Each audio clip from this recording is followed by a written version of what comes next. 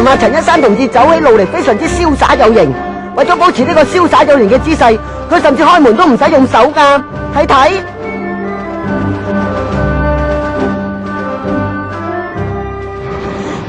咦，又話喺度等我嘅，呃人嘅。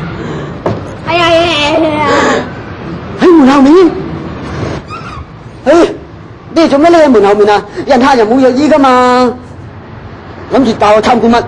去參觀電腦室先啦。OK， 行啦。各位睇下，陳一山同志又將呢個瀟灑有型嘅走路方法發揚開去啦。哇！如果唔睇畫面就咁聽聲，仲以為嚟咗街市添。原來係啲同學上緊電腦堂，佢哋梗係交流緊打機嘅心得啦。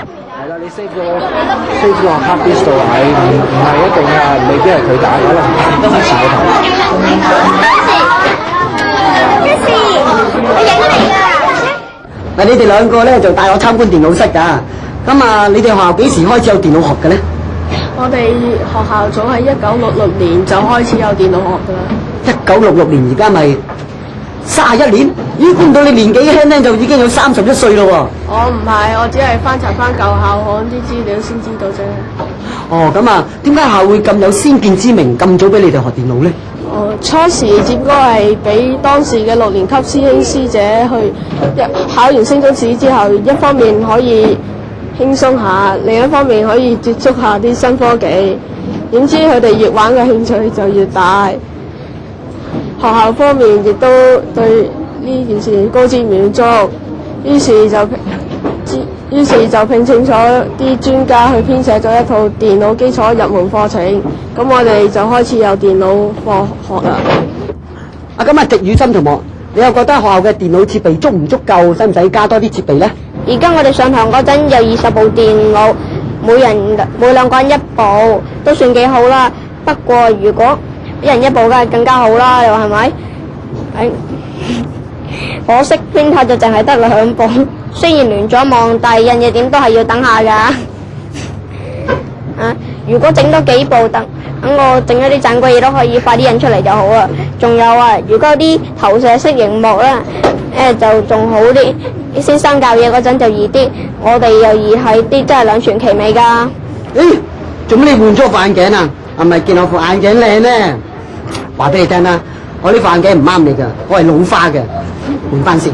我而家去參觀第2樣嘢，嗱，下次唔好立亂攞人哋眼鏡啦。又話有學生帶我周圍參觀㗎，個學生走咗去邊度咧？邊咧嚇？哎呀！妹妹，你做咩行路唔帶眼周圍撞㗎？仲揾笪嘢揞我，俾鬼凍添啊！呢笪咩嚟㗎？呢沓係家課記錄表啊！咁有咩用㗎？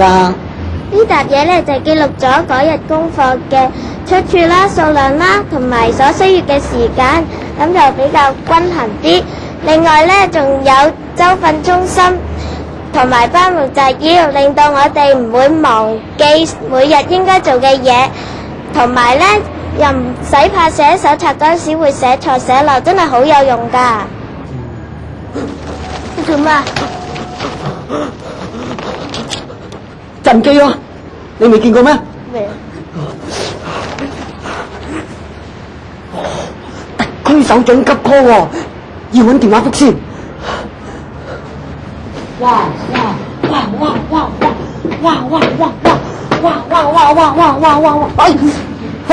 小妹妹又係咧，嗌咗你唔好亂咁撞人㗎啦嘛。派咁長龍做咩啊？打電話咯！哇，咁多人打電話，借住嚟打先啊！你話得唔得咧？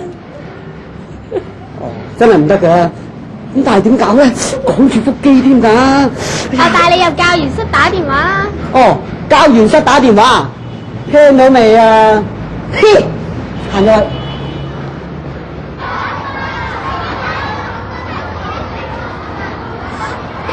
哎呀，點解啲老師有堂唔上喺度煲電話粥咧？佢哋唔係啊，佢哋喺度解答同學嘅功課問題啊。打電話問功課係咩嚟㗎？你介紹下。打電話問功課呢個計劃其實係1966年由本校首創嘅，已經有31年㗎啦。每日放學後由2點至到4點，如果功課唔明白，都可以打電話嚟問老師㗎，老師都可以樂意咁解答。如果問題太複雜，講極都講唔通嘅話，就可以用 fax 機 fax 過返嚟學校㗎。你話係咪好方便呢？你做乜嘢啊？打電話咯。係喎，個個老師都用緊電話，咁我去邊度借電話打呢？又話入教員室打電話嘅，最多咪排隊咯。陳一山同志果然不愧為一名有禮貌、守秩序嘅君子。佢並冇利用本身職權謀取私利，只係好似一位普通老百姓咁乖乖排隊。各位同學要學佢啊！